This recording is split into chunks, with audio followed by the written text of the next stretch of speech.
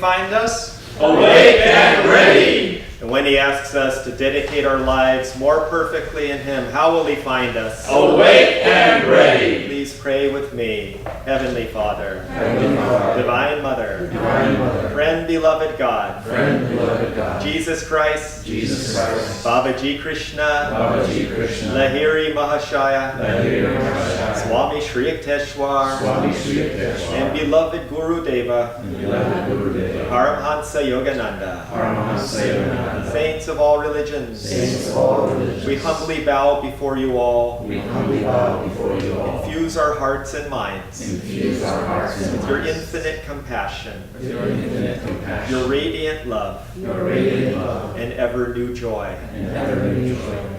Give your love to us, Give your love to us, that we may share that we may share it with all whom we meet with all whom we meet today. today. Om. Om. Peace. Peace. Amen. Amen.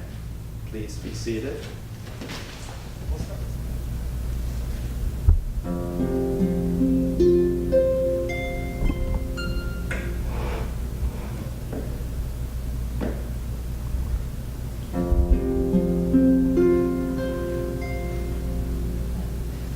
Will that day come to me more? Will that day come to me more? When saying, Mother dear, my eyes will flow tears. When saying, Mother dear, my eyes will flow tears. Wisdom's lotus will blossom forth. Darkness will steal away. Wisdom's lotus will blossom forth. Darkness will steal away. Steal away, steal away, steal away, must steal away. Steal away, steal away, steal away, must steal away. 1,000 Vedas do declare divine mothers everywhere. 1,000 Vedas do declare divine mothers everywhere. Shri Ram Prasad says, Divine Mother everywhere stays. Shri Ram Prasad says, Divine Mother everywhere stays. And I see them all hiding everywhere. And I see them all hiding everywhere. Will that day come to me, Ma? Will that day come to me, Ma?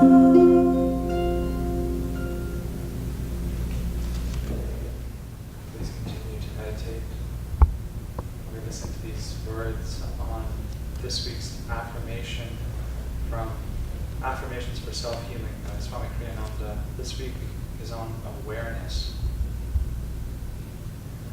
Awareness deepens the more it is centered in itself.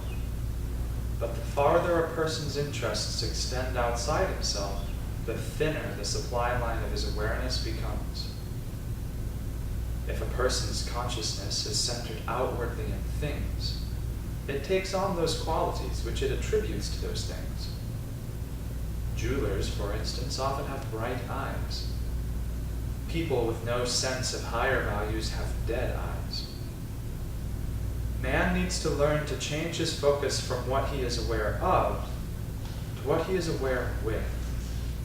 He needs to become more aware at the source of his awareness, at his deepest center, God. Through this awareness, his enjoyment even of the surrounding world becomes intensified 1,000-fold. And that's affirmed together first in a strong, out-loud voice to grab the attention of the conscious mind. I behold the world with eyes of calmness and of faith. I behold the world with the eyes of calmness and faith. For I know that as I view others, For I know that as I view others, so will I myself become. so will I myself become. Now in a regular voice, I behold the world with eyes of calmness and of faith. I behold the world with eyes of calmness and faith. For I know that as I view others, For I know that as I view others, so will I myself become. so will I myself become. And in a whisper now, I behold the world with eyes of calmness and of faith. For I know that as I view others, so will I myself become. Now taking this affirmation silently, broadcasting from the point between the eyebrows into the superconscious mind, with even greater concentration, affirm with me, I behold the world with eyes of calmness and of faith. For I know that as I view others, so will I myself become. I behold the world with eyes of calmness and of faith. For I know that as I view others, so will I myself become. Pray along with me silently. Infuse me from my deepest center with thy joy. Make me aware of thee, my divine beloved, in all that I behold.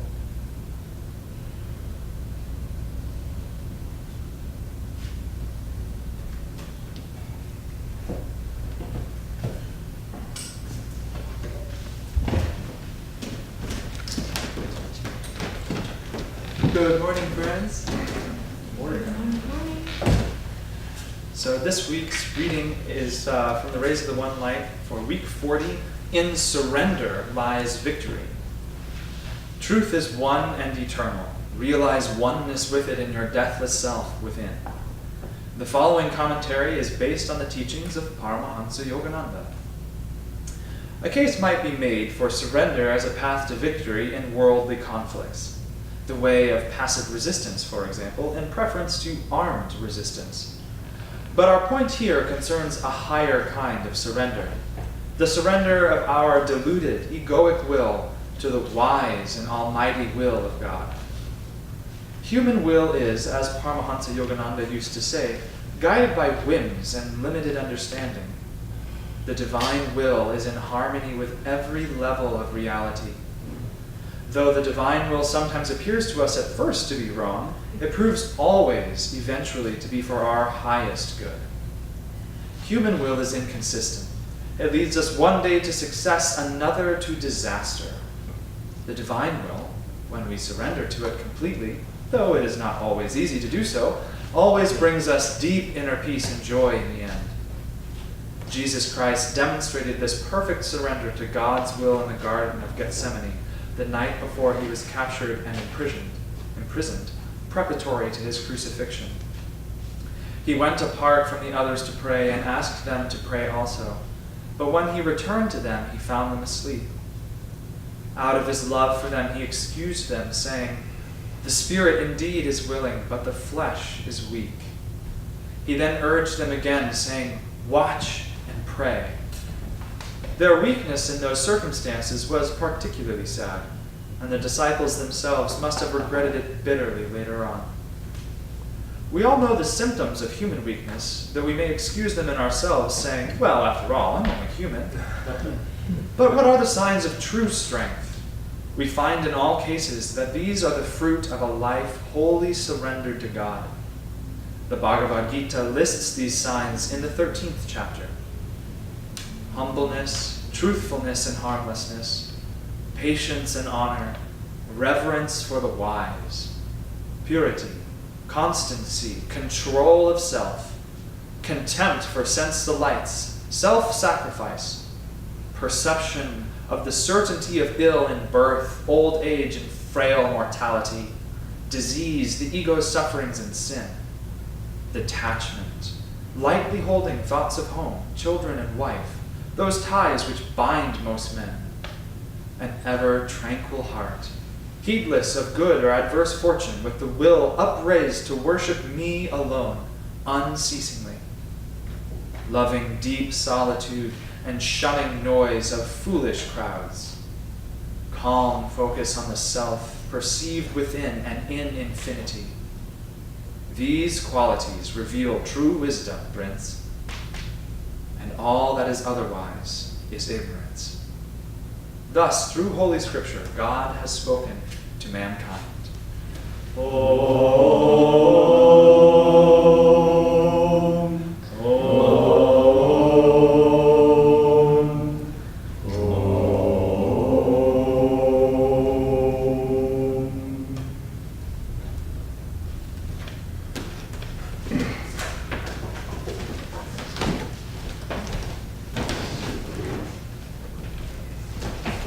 Good morning. It's so good to be here and to see you all. And I think we know each other here in person, but in case online, if anybody we haven't met is watching, my name is Paul and this is Keshava, and we are so happy to be here. And I'm going to do a reading from Whispers from Eternity from Paramhansa Yogananda. This is a brief one, but it's lovely. It's called, Nothing Can Steal My Love for Thee. No loud or whispered words of prayer shall steal away my love. With the soul's unspoken language, I will express my hunger for thee. Thy voice is silence, and through my silence thou must speak to me and tell me thou hast loved me always, though I knew it not. So I think I'm going to skip the notes again and just share as best to be. Let it just speak through the light of the gurus and the light of Divine Mother.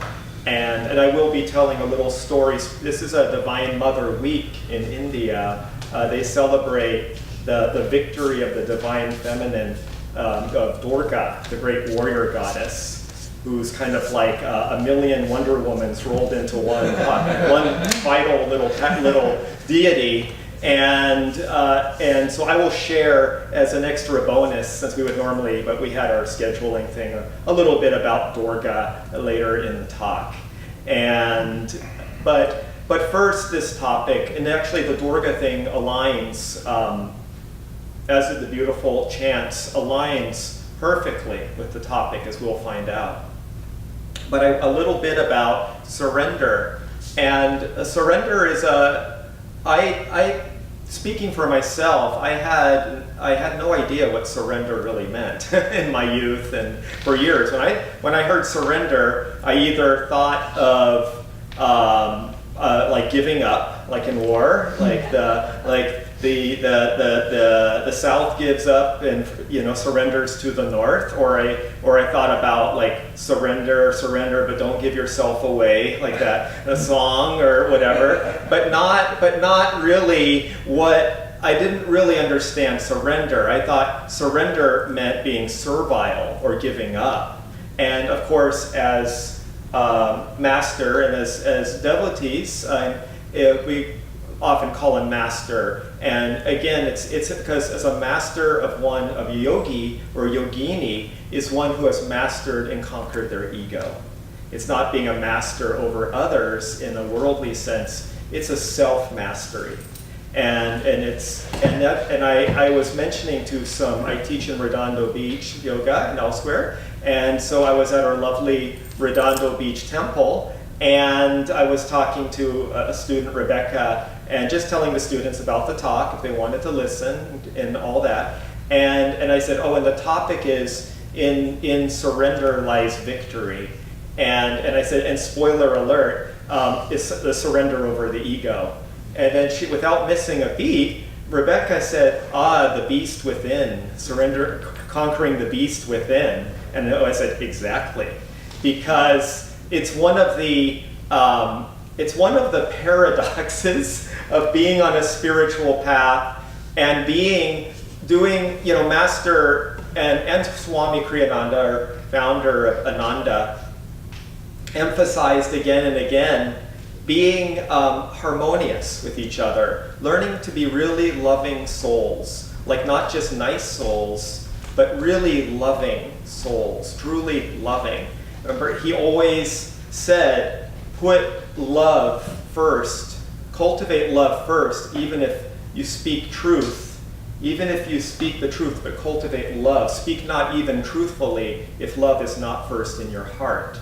Now, that's a tough call to me. I can't speak for anyone else, but it's a practice, and yoga is a practice. And when I had mentioned to the student, I was thinking, and earlier, because it's like we were doing, almost like she just read my mind in a way, because when I was reflecting on this topic about how, doing our best to be good, really good people and harmonious, and then maybe there's some jerk on the road, and it's like, okay. And I remember, I'm dating myself, and maybe some of you remember it, I don't know, but many years ago, and I did driver's training, okay, they had us watch like new 16 millimeter films, like don't do this and do that kind of thing, okay? Don't go through a red light, don't yell at people.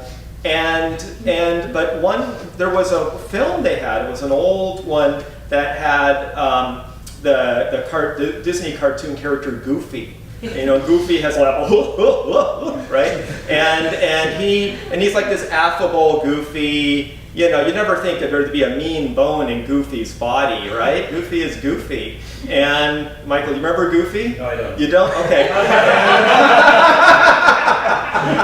And, okay, that's cool. Remember Donald Duck? Donald Duck? No, I don't. Okay, all right. Anyway, so it's all good. Donald Duck's another one who hasn't conquered his ego yet. He always gets mad because Mickey gets all the credit, and Donald is always the one going, wait, what about me? What about me? And always going, Mickey Mouse, Mickey Mouse. He's going, no, Donald Duck, Donald Duck. And that's sort of the ego. It is the ego, but lovable. But the thing is, there's the thing about it is that they're also lovable. The imperfections, there's something relatable about it. There's something relatable about losing one's temper, even though one's trying not to.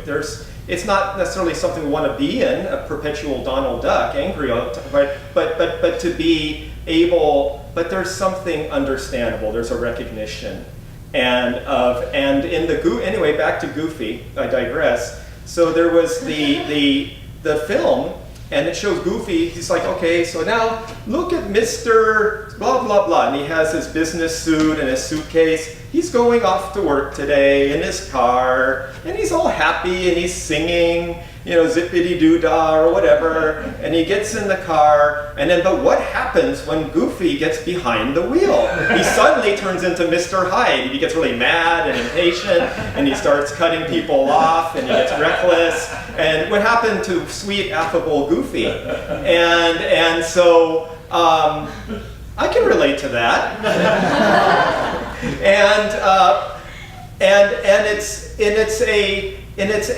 It's a thing that when we're going, Master would say, go in the hub, stay in the hub.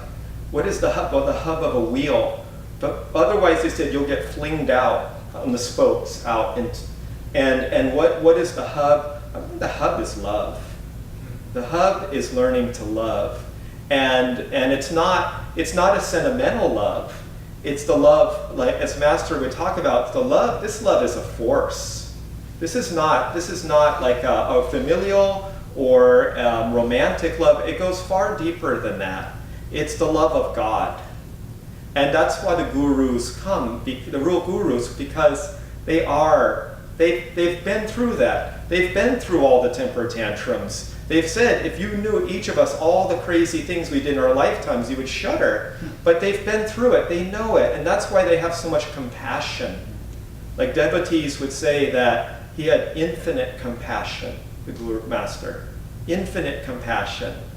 And that doesn't mean you couldn't be stern at times, but there was compassion.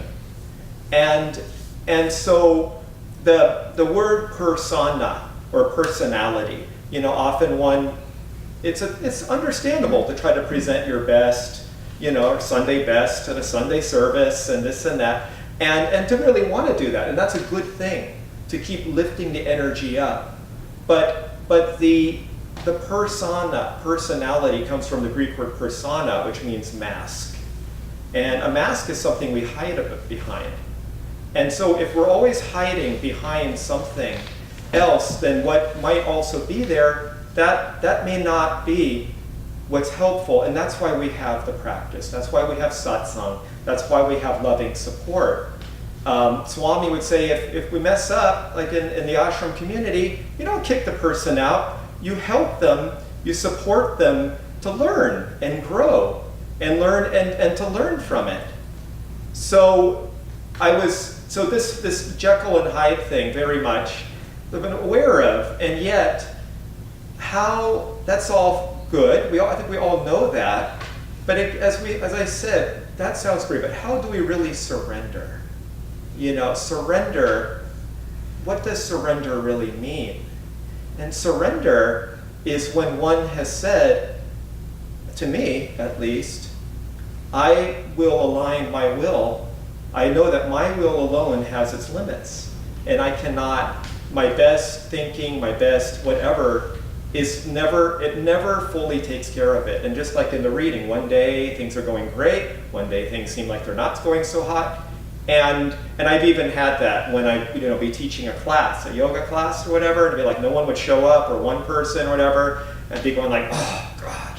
And I'd be getting mad, and there'd be the guru's face just always smiling calmly at me. And then I'd be having a good mood one day, and he's there lovingly smiling at me. I come again, and it's a mirror to myself. Like, where is the real victory here? Where is the real surrender? Is it over having other people surrender? Is it getting situations to make a way so then I'll be able to? No, it's the surrender inside. That's where the rubber hits the road. It's surrendering.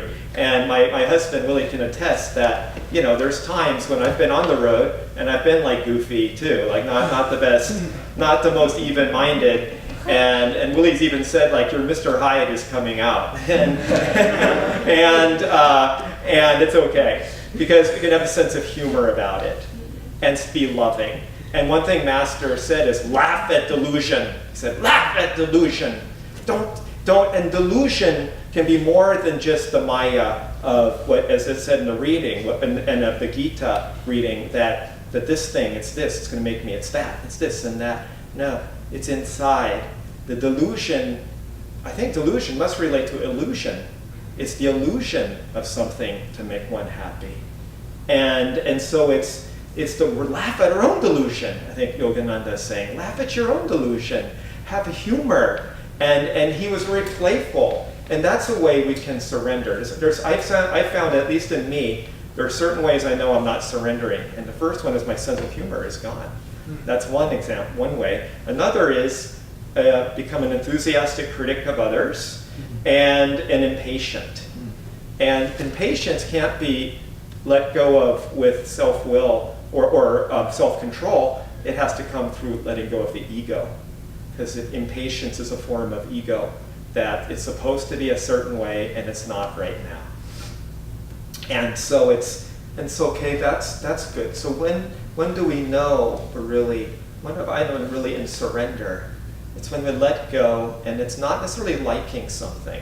Like when Jesus, he goes to the church, the temple And he starts saying, this isn't right. This is like people are selling stuff and they're exploiting the church and doing this and that. You've created a den of thieves. This should be a house of worship. And so it wasn't like he was saying, I'm happy about this, but there's this inner compassion and love that's the motive behind it. And so when know that I may not like this thing happening, but can I trust that there's a higher dimension working in my life? And can I trust that my life, that this is not defined by this thing that's happening? The personality, the persona, what it wants and thinks it needs. So what are the ways we become free? Or how do we surrender? It's through the guru, the light, the surrendering, opening. And I was told by one of our teachers very early on, before I was a devotee, that a real guru or sage will help, whether you're an official devotee or not. That'll take you deeper if it's really your karmic thing to be that guru. But if you're just asking, and I experimented, I started saying, okay, I'm on the 405, I need to get to my class, I'm feeling a little impatient, David's smiling there at the 405, and it was, because the 405 is a form of, can be a yoga thing, Narayan has a poem about it, and then trying to let go, and just ask, help me, Divine Mother, help me, Guru Master. And you know what? It's a miraculous. I can't say it's all the time, but so many times when I felt like I could barely move to show up, teach a class, and I felt this grace flow through and this joy, and words came out I didn't know existed. And maybe it came back, and then I was tired again afterwards, but that didn't come from me. That didn't come from me. And I just, I'm always a little intimidated sharing about Jesus because I want to do justice. A little bit of that in our Festival of Light, lest long we feared to face your love, lest our emptiness it proved. And yet, as it said in that reading, that Whispers from Eternity, that love is always there. We just didn't know it, that the divine is always there, and there's always love. So when he's saying, watch and pray, that to me indicates keep up your attunement. Because he's saying never underestimate the power of the dark side of force, the delusion. And in that case, it was the crucifixion and all the other people turning on him, and even some of the disciples betraying him in smaller or larger ways. And then that higher self is always there wanting to help, but there's the other part. The flesh is weak, and I'll take us into our story briefly. It's an abridged version or Sunday service version, but we have in the yogic kingdom, like in the ancient kingdom of the universe, and then there's devas, they're like angels, and asuras that are demons. And they would say that in the teachings that the devas, the higher angelic beings, we even have what we call a guru deva, it appears in us when we're kind, when we're courageous, when we have faith, when we're loving, when we're doing all these higher qualities. The shuras have these powers, too, but it's all for their own end, their own agenda. So they're sort of taking the spiritual power but co-opting it by the lower ego. But it's the ego going amok. Okay. So there's these two brothers, Shumba and Nishumba, and they've gotten all these boons. Because one thing about Asuras, they're capable of great discipline and tapas. So they know how to get stuff through focus and discipline, especially when it serves their ends. But so they've gotten this boon, and now they have this deal with the universe that no man, no male god, no army, no monster, no deva can conquer them. So they're invincible. They kick the devas out of heaven, out of the heavenly palaces. And all the devas have to run underground and hide out and reorganize. And the devas, the male, there's a king, Indra, they're all saying, what are we going to do? These guys are invincible, they're terrible. How can we let them get away with all this horrible stuff they're doing right now? What are we going to do? And so they go back and forth, all these male deities, and then finally, it doesn't occur to them, but finally, an old sage comes up to the king of the Indra, who's very proud on his rides his elephant, but he said, "Sire, have you considered the loophole of a goddess?" And I never thought a female could help. And so they start to pray, and they realize, and the sage says, "Go to Durga, the great warrior goddess. She's been waiting for you." And so they go, and there's a whole thing where they're praying and pleading, and finally beads of tears, so we've been naughty boys, we've ignored you, Ma, we thought that we could do this, and it goes for a long, long time, until finally there's a sweet chill in the air, and there appears the goddess, the glowing goddess, Durga. She's radiating serenity, but strength and compassion. And she says, "So Indra, in your weakness, you now call to me in your desperation." And Indra lets that slide because he doesn't want to get, and he swallows his ego, he lets it go. Very well, she says, "I will help." So she goes, and she, incognito, as a beautiful maiden, the demon brothers want to take her in as part of their harem, but she finds her way in. And then she pulls out a sword, and all like the armies start to just dissipate and dissolve. Durga is the purifying energy of spirit, of Divine Mother.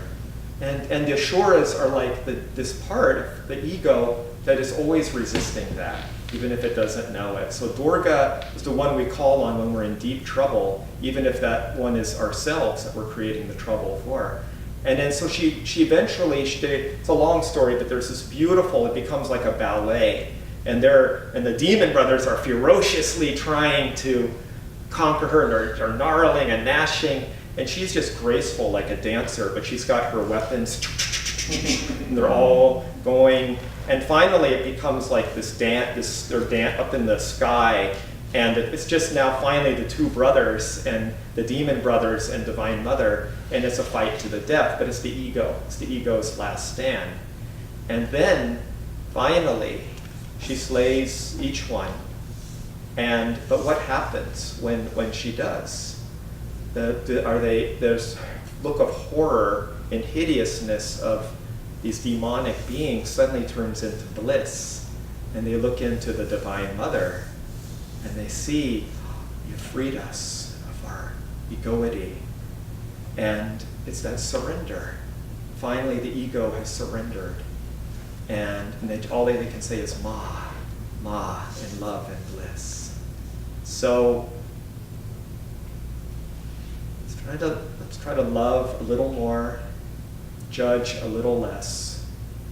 This master would say, love God. If you practice Kriya, practice your Kriya with love, and give that love to others. Joy to you.